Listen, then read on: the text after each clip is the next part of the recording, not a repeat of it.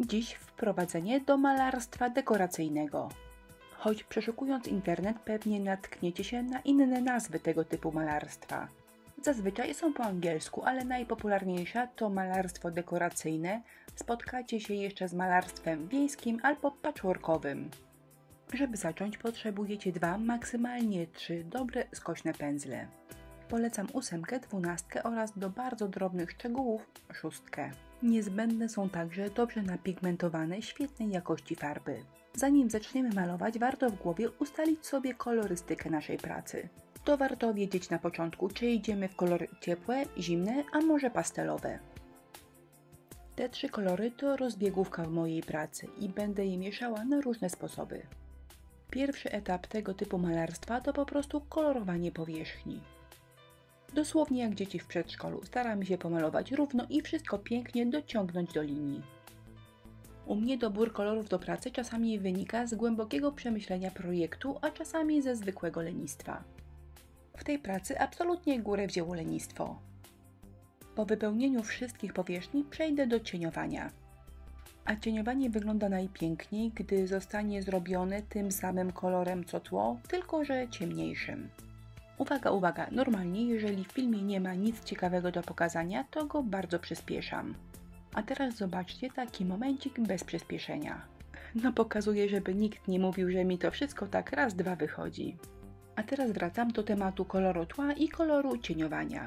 W tym wypadku, skoro kolor tła rozjaśniłam bielą, to potem cieniowanie mogę zrobić tym kolorem, który wezmę bezpośrednio z pojemniczka.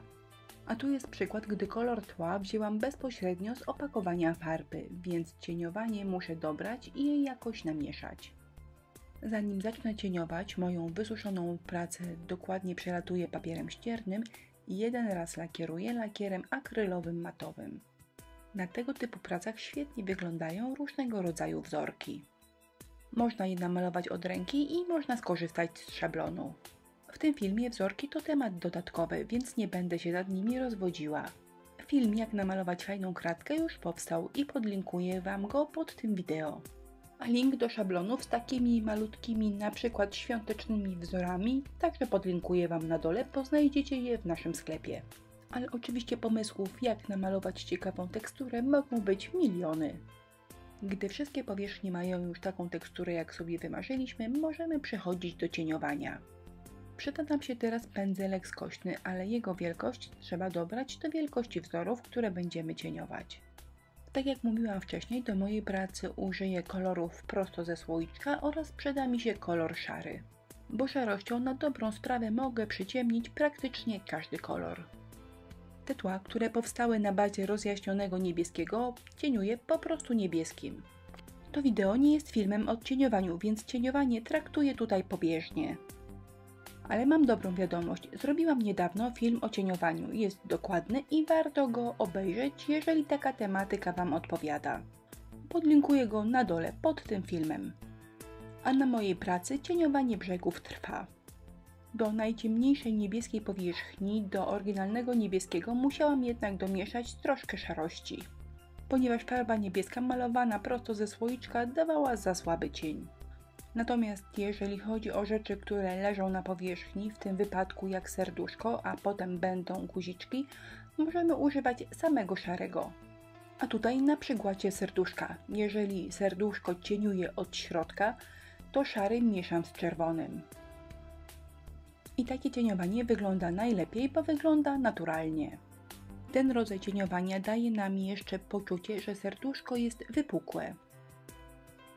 A teraz chcę osiągnąć wrażenie, że serduszko jest powyżej mojej powierzchni. I teraz po pierwsze używam tylko szarego cienia, a po drugie robię cieniowanie tylko z jednej strony, czyli typowy światłocień. W takich pracach świetnie sprawdza się malowanie szwów. Można się troszkę pomęczyć pędzelkiem, a można tak jak ja pójść na skróty i użyć niezmywalnego długopisu. Do tej pracy świetnie sprawdzą się mazaki dedykowane do opisywania płyt CD. Najważniejsze, żeby były wodoodporne, permanentne albo niezmywalne. Nieważne jak to nazwiemy, ważne, żeby przy późniejszym lakierowaniu nic nam się nie rozmazało.